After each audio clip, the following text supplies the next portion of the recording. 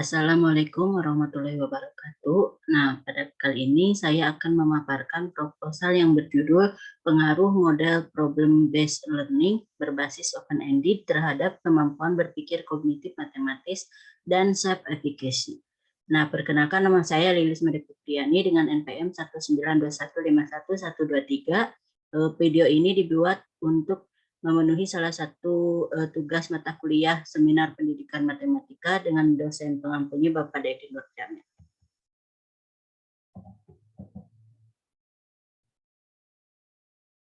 Nah, ke latar belakang masalah. Nah, tujuan pembelajaran matematika di Indonesia belum tercapai dengan baik. Peserta didik hanya bisa mengerjakan masalah-masalah yang sederhana atau masalah rutin. Nah, peserta didik kurang mampu mengerjakan masalah-masalah non-rutin. Hal ini menunjukkan bahwa kemampuan berpikir kognitif peserta didik tergolong masih rendah.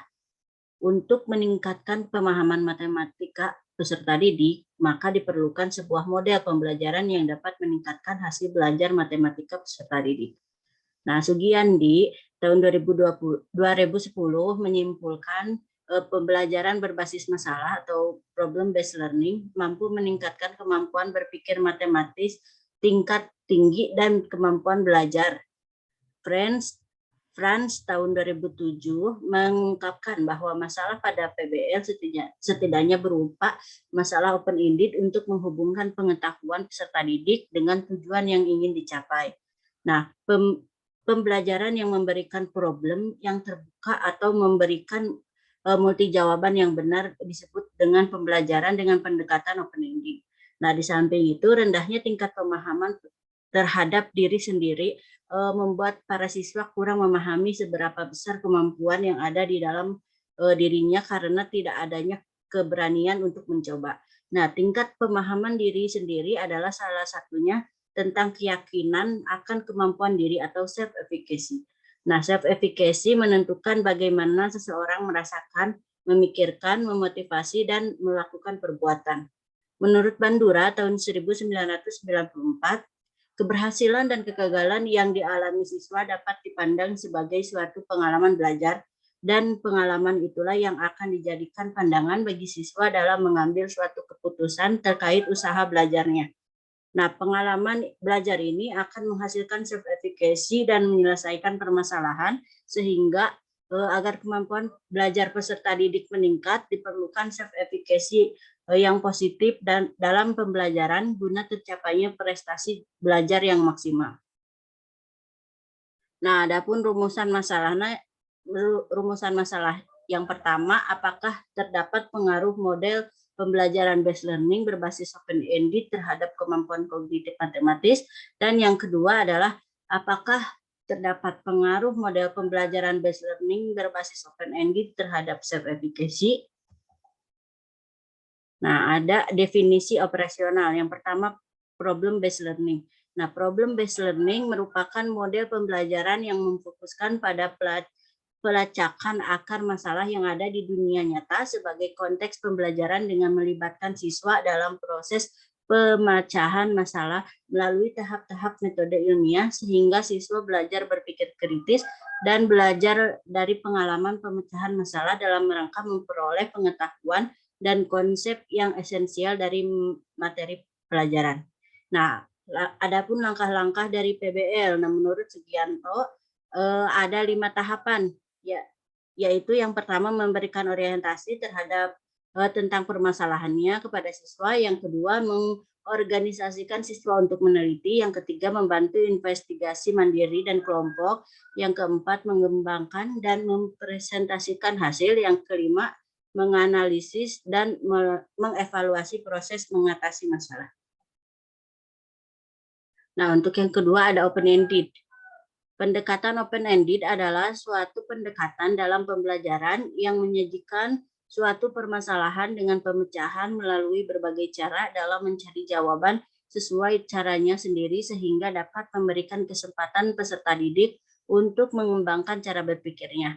Nah, mampu memecahkan masalah yang berkaitan dengan konsep yang dipelajarinya. Nah, menurut Saimin tahun 2014, adapun langkah-langkah open-ended, yang pertama siswa membentuk kelompok yang terdiri dari 5 orang, Yang kedua, siswa mendapat pertanyaan open-ended problems. Yang ketiga, siswa berdiskusi bersama kelompok mereka masing-masing. Yang keempat, setiap kelompok siswa melalui perwakilannya mengemukakan pendapat atau solusi yang ditawarkan. Yang kelima, siswa atau kelompok kemudian menganalisis jawaban-jawaban. Dan yang keenam, kegiatan akhir yaitu siswa menyimpulkan apa yang telah dipelajari. Nah, yang ketiga ada kemampuan berpikir kognitif matematis. Nah, kemampuan kognitif siswa adalah kemampuan dalam diri siswa yang meliputi kegiatan intelektual terhadap suatu soal atau masalah matematika sampai siswa memberikan respon berupa jawaban yang diamati. Nah, dengan memiliki kemampuan kognitif, anak menggunakan alat berpikirnya untuk mengamati, menghubungkan, menilai, dan mempertimbangkan satu kejadian atau peristiwa guna memecahkan masalah seefektif dan seefisien mungkin dalam mencapai tujuan. Nah, dalam ranah kognitif ini terdapat 6 jenjang. Yang pertama itu mengingat, yang kedua pemahaman, yang ketiga penerapan, yang keempat analisis, yang kelima mengevaluasi, dan yang keenam mencipta. Nah, dalam penelitian ini, kemampuan kognitif matematis siswa ini diperoleh dari hasil tes kemampuan berpikir kognitif matematis. Dan yang keempat ada self-efficacy. Self-efficacy merupakan keyakinan dalam diri seseorang akan kemampuan yang dimiliki dalam melakukan suatu tindakan untuk mencapai suatu tujuan yang telah ditetapkan, serta dapat mempengaruhi situasi dengan baik. Nah, dan dapat mengatasi sebuah hambatan. Dalam self-efficacy terdapat 3 dimensi ya. Yang pertama itu magnitude, yang kedua strength, yang ketiga generality. Nah, dalam penelitian ini self-efficacy siswa diperoleh dari hasil penyebaran angket. Nah, adapun tujuan penelitiannya yang pertama untuk mengetahui ada atau tidaknya pengaruh model problem based learning berbasis open-ended terhadap kemampuan berpikir kognitif matematis. Dan yang keduanya itu untuk mengetahui ada atau tidaknya pengaruh model problem based learning berbasis open-ended terhadap self-efficacy. Nah, adapun manfaat penelitian. Yang pertama ada manfaat teoritis. Nah, secara umum hasil penelitian ini diharapkan mampu memberikan kontribusi terhadap pembelajaran matematika, terutamanya pemahaman guru atau peserta didik terhadap ada tidaknya pengaruh model problem based learning berbasis open-ended terhadap kemampuan berpikir kognitif dan self-efficacy. Nah, untuk manfaat yang kedua, ada manfaat bagi sekolah. Nah, hasil penelitian ini diharapkan dapat memberikan masukan kepada pihak sekolah untuk meningkatkan kemampuan profesionalisme guru dalam melaksanakan pembelajaran. Nah, untuk manfaat bagi gurunya, hasil penelitian ini diharapkan dapat menjadikan acuan bagi guru dalam melaksanakan pembelajaran di kelas dan memberikan masukan kepada guru untuk dapat menggunakan model pembelajaran dengan tepat. Manfaat bagi peserta didik yaitu diharapkan dapat membantu menunjang dan mempermudah peserta didik dalam mempelajari pelajaran matematika. Nah, adapun manfaat bagi peneliti lanjutan diharapkan dapat menambah pengetahuan, wawasan serta referensi mengenai pengaruh model PBL berbasis open-ended terhadap kemampuan kognitif dan self-efficacy. Selanjutnya kita masuk ke bab 2, yaitu kajian teori. Nah, yang pertama ada problem based learning. Nah, melalui analisis sintesis dari beberapa pendapat ahli, dapat disimpulkan bahwa problem based learning merupakan model pembelajaran yang memfokuskan pada pelacakan akar masalah yang ada di dunia nyata sebagai konteks pembelajaran dengan melibatkan siswa dalam proses pemecahan masalah melalui tahapan-tahapan metode ilmiah sehingga siswa belajar berpikir kritis dan belajar melalui pengalaman pemecahan masalah dalam kerangka memperoleh pengetahuan dan konsep yang esensial dari materi pelajaran. Nah, adapun langkah-langkah dalam PBL, nah dapat dilihat dalam tabel 1 yaitu sintak pembelajaran problem based learning. Yaitu pada tahap 1 orientasi siswa, pada masalah. Tahap 2 itu mengorganisasi siswa untuk belajar. Tahap 3 itu membimbing penyelidikan individual maupun kelompok. Tahap 4 itu mengembangkan dan menyajikan hasil, dan tahap kelima itu menganalisis dan mengevaluasi proses pemecahan masalah. Nah, menurut Trianto tahun 2007, karakteristik model problem based learning yaitu yang pertama pengajuan pertanyaan atau masalah, yang kedua berfokus pada keterkaitan antar disiplin, yang ketiga penyelidikan autentik, yang keempat menghasilkan produk dan memamerkannya, dan yang kelima adalah kolaborasi. Nah, adapun keunggulan dari PBL, yang pertama, PBL merupakan model yang cukup bagus untuk memahami isi pelajaran. Yang kedua, pemecahan masalah dapat menantang kemampuan siswa dalam memberikan kepuasan untuk menemukan pengetahuan bagi siswa. Yang ketiga, dapat meningkatkan aktivitas pembelajaran siswa. Yang keempat, dapat membantu siswa untuk membentuk pengetahuan mereka untuk memahami masalah dalam kehidupan nyata. Yang kelima, dapat membantu siswa untuk mengembangkan pengetahuan barunya dan bertanggung jawab dalam pembelajaran yang mereka lakukan. Yang keenam, dapat mendorong dan melakukan evaluasi sendiri. Yang ketujuh itu dapat memperlihatkan siswa bahwa setiap mata pelajaran pada dasarnya cara berpikir dan sesuatu yang harus dimengerti oleh siswa itu bukan hanya sekedar belajar dari guru atau buku-buku saja. Nah, yang kedelapan itu PBL dianggap lebih menyenangkan dan disukai siswa. Dan yang kesembilan itu dapat memberikan kesempatan kepada siswa untuk mengaplikasikan pengetahuannya yang mereka miliki dalam dunia nyata. Nah, yang kedua ada open-ended. Nah, melalui analisis sintesis dari beberapa pendapat ahli dapat disimpulkan bahwa pendekatan open-ended adalah suatu pendekatan dalam pembelajaran yang menyajikan suatu permasalahan dengan pemecahan melalui berbagai cara dalam mencari jawaban sesuai dengan caranya sendiri, sehingga dapat memberikan kesempatan peserta didik untuk mengembangkan cara berpikirnya, mampu memecahkan masalah yang berkaitan dengan konsep yang dipelajarinya. Nah, menurut Soimin ada langkah-langkah dalam open-ended. Yang pertama itu siswa membentuk kelompok yang terdiri dari 5 orang. Yang kedua, siswa mendapat pertanyaan open-ended problems. Yang ketiga, siswa berdiskusi bersama kelompok mereka masing-masing. Yang keempat, siswa melalui perwakilannya mengemukakan pendapat atau selisih. Yang kelima, siswa atau kelompok kemudian menganalisis jawaban-jawaban yang telah dikemukakan. Dan yang keenam adalah kegiatan akhir, yaitu siswa menyimpulkan. Nah, dalam kegiatan matematika dan kegiatan peserta didik dikatakan terbuka jika memenuhi ketiga aspek berikut. Yang pertama, kegiatan siswa harus terbuka. Yang kedua, kegiatan matematika adalah ragam berpikir. Dan yang ketiga, kegiatan siswa dan kegiatan matematika merupakan suatu kesatuan. Nah, adapun tujuan dari pembelajaran open-ended adalah peserta didik diharapkan dapat mengembangkan ide-ide kreatif dan pola pikir matematis. Dengan diberikan masalah yang terbuka, siswa terlatih untuk melakukan suatu investigasi berbagai strategi dalam menyelesaikan suatu masalah.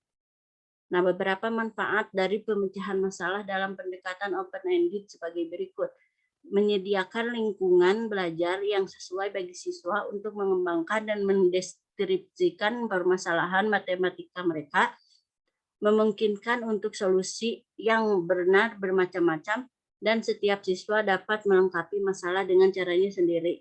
Melibatkan siswa dalam kegiatan pelajaran, siswa dapat menggunakan pengetahuan dan keterampilan matematika komprehensif dan banyak solusi yang berbeda dari siswa, dapat memilih strategi favorit mereka untuk menjawab masalah, dan memungkinkan guru untuk melakukan diskusi dengan siswa tentang strategi yang digunakan oleh siswa tersebut. Nah, pembelajaran dengan menggunakan pendekatan open-ended itu terbagi ke dalam 3 tahapan. Yang pertama itu tahapan awal, terus tahapan inti, lalu tahapan akhir. Nah, menurut Suherman, yang menjadi pokok pikiran pembelajaran dengan pendekatan open-ended adalah pembelajaran yang membangun kegiatan interaktif antara matematika dan siswa yang mampu mengandung yang mampu mengundang siswa untuk menjawab permasalahan melalui berbagai cara, yaitu flexibility karena open-ended problem merupakan permasalahan yang dirancang memiliki multi jawaban atau fluensi yang benar. Nah, yang ketiga ada kemampuan berpikir kognitif matematis. Nah, dari beberapa pendapat mengenai definisi kemampuan kognitif yang disajikan mempunyai rumusan yang berbeda-beda, namun mempunyai pengertian yang sama, yaitu berkaitan dengan mental sebagai gambaran tentang kemampuan kognitif dari definisi. Nah, maka dalam penelitian ini yang dimaksud dengan kemampuan kognitif siswa itu adalah kemampuan dalam diri siswa yang meliputi kegiatan intelektual terhadap suatu soal atau masalah matematika sampai siswa memberikan respon berupa jawaban yang diamati. Nah, adapun indikator dari kemampuan berpikir kognitif. Nah, yang pertama ada mengingat, yang kedua pemahaman, ketiga penerapan, yang keempat analisis, yang kelima mengevaluasi, dan yang keenam adalah mencipta. Nah, dapat dilihat indikatornya itu di dalam tabel. Nah, dalam kemampuan berpikir kognitif ini memiliki fase perkembangan menurut Piaget. Yang pertama ada tahap sensori motor, yaitu umur 0 sampai 2 tahun. Yang kedua tahap praoperasional, yaitu umur 2 sampai 7 tahun. Yang ketiga tahap operasional konkret, yaitu umur 7 sampai 12 tahun. Dan yang keempat tahap operasi formal atau yaitu umur 12 tahun ke atas. Nah, ada faktor-faktor yang mempengaruhi perkembangan kognitif. Yang pertama faktor hereditas atau keturunan, yang kedua faktor lingkungan, yang ketiga faktor pembentukan, yang keempat faktor kematangan, yang kelima faktor minat dan bakat, dan yang keenam faktor kebebasan. Nah, yang keempat itu self-efficacy. Nah, melalui analisis sintesis dari beberapa pendapat ahli dapat disimpulkan bahwa self-efficacy adalah sebuah keyakinan yang berada di dalam diri seseorang akan kemampuan yang dimiliki dalam melakukan suatu tindakan untuk mencapai suatu tujuan yang diinginkan.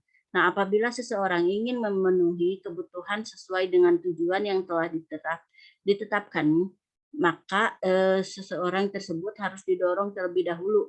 Nah, seseorang dengan self-efficacy yang tinggi cenderung akan mudah berhasil dalam menyelesaikan tugasnya daripada seseorang yang memiliki self-efficacy yang rendah. Nah, karena orang yang memiliki self-efficacy yang tinggi, ia akan memiliki keyakinan yang cukup kuat akan kemampuan yang dimilikinya, sehingga ia tidak akan ragu dalam mengambil sebuah tindakan atau sebuah keputusan. Nah, Bandura mengungkapkan bahwa self-efficacy terdiri dari 3 dimensi, yaitu yang pertama ada level atau magnitude, yang kedua ada strength, yang ketiga ada generality. Nah, dampak self-efficacy menurut Panjares. Yang pertama, self-efficacy ini mempengaruhi pilihan-pilihan yang dibuat dalam dan tindakan yang akan dilakukan individu dalam melaksanakan tugas-tugasnya. Yang kedua itu self-efficacy menentukan seberapa besar usaha yang dilakukan oleh individu, seberapa lama individu akan bertahan ketika menghadapi rintangan, dan seberapa tabah dalam menghadapi situasi yang tidak akan menguntungkan. Nah, menurut Bandura, terdapat beberapa faktor yang dapat mempengaruhi self-efficacy pada diri individu. Yang pertama ada faktor budaya, yang kedua faktor gender, yang ketiga sifat dari tugas yang dihadapi, yang keempat intensif eksternal, yang kelima status atau peran individu dalam lingkungan, dan yang keenam informasi tentang kemampuan diri. Nah, selanjutnya ada penelitian yang relevan. Penelitian yang dilakukan oleh Meltidi Saputra pada e-repository Perpustakaan IAIN Bengkulu pada tahun 2021 dengan judul Pengaruh Metode Pembelajaran Open-Ended terhadap Kemampuan Berpikir Kreatif Matematis dan Self-Efficacy Siswa kelas 7. Nah, penelitian ini difokuskan untuk mengetahui apakah ada pengaruh metode pembelajaran open-ended terhadap kemampuan berpikir kreatif matematis siswa dan apakah ada pengaruh metode pembelajaran open-ended terhadap self-efficacy siswa kelas 7. Nah, kesimpulan yang dapat diambil dari penelitian tersebut yaitu terdapat pengaruh metode pembelajaran open-ended terhadap kemampuan berpikir kreatif matematis siswa kelas 7. Nah, selanjutnya adalah kerangka berpikir. Nah, penelitian ini pengaruh model problem based learning terhadap kemampuan berpikir kognitif dan self-efficacy siswa terdiri dari satu variabel bebas dan 2 variabel terikat. Nah, dalam penelitian ini yang menjadi variabel bebasnya adalah model pembelajaran. Nah, sedangkan variabel terikatnya itu adalah kemampuan kognitif dan self-efficacy. Nah, pada model problem based learning ini di awal pembelajaran siswa akan diberikan suatu permasalahan yang kontekstual, yaitu penyelidikan yang membutuhkan penyelesaian nyata dari permasalahan nyata sebagai konteks bagi siswa dalam keterampilan memecahkan masalah dan mengembangkan pengetahuan serta konsep yang telah diperoleh siswa. Nah, tahapan dalam PBL dimulai dengan orientasi siswa pada masalah, kemudian mengorganisasikan siswa untuk belajar, membimbing penyelidikan kelompok, mengembangkan dan menyajikan hasil diskusi, nah sampai menganalisis dan mengevaluasi proses pemecahan masalah. Nah, ada hipotesis. Nah, berdasarkan latar belakang, nah maka hipotesis yang diambil itu ada H0-nya itu tidak terdapat pengaruh model pembelajaran problem based learning berbasis open-ended terhadap kemampuan berpikir kognitif, matematis, dan self-efficacy siswa. Nah, untuk HA-nya itu terdapat pengaruh model pembelajaran problem based learning berbasis open-ended terhadap kemampuan berpikir kognitif, matematis, dan self-efficacy siswa. Nah, untuk metode penelitiannya itu, pada penelitian ini, peneliti menggunakan metode kuantitatif yang menggambarkan pengaruh model problem based learning berbasis open-ended terhadap kemampuan berpikir kognitif matematis siswa. Nah, metode penelitian kuantitatif dapat diartikan sebagai metode penelitian yang berlandaskan pada filsafat positivisme.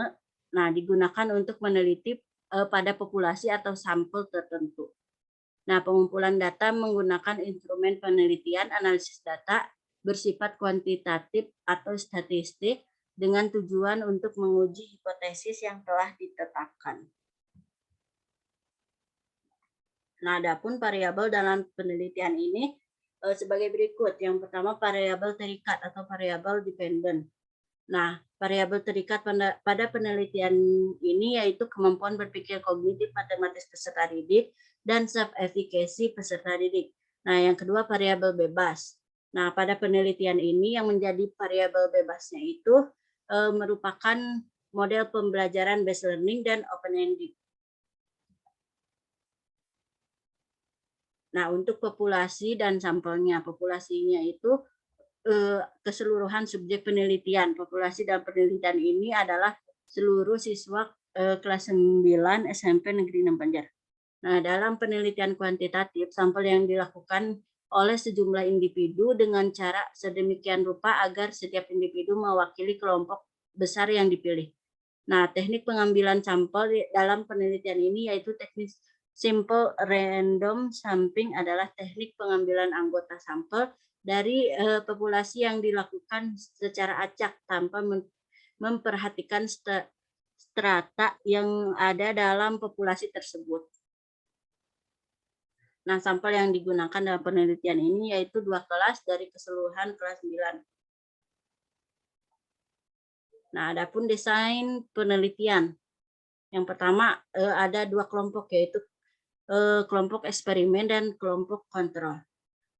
Nah, bisa dilihat dalam tabelnya.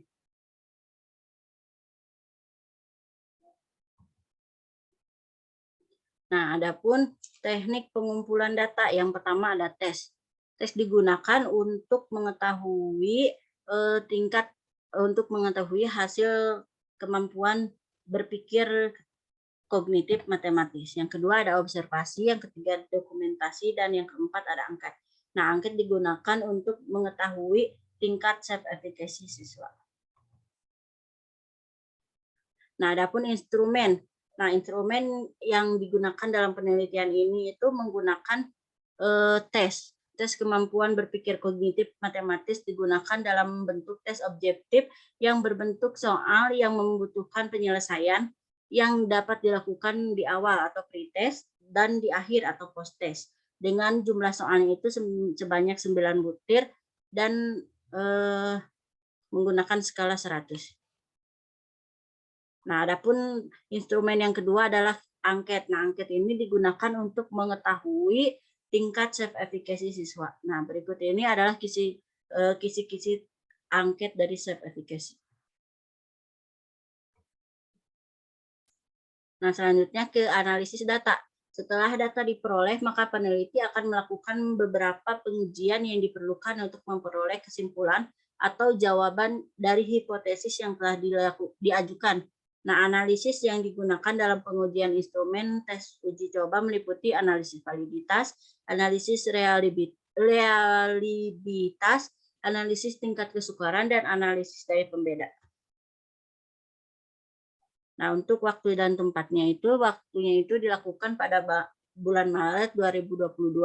Tempatnya itu di SMP Negeri 6 Banjar, dan penelitian ini dilaksanakan di dua kelas,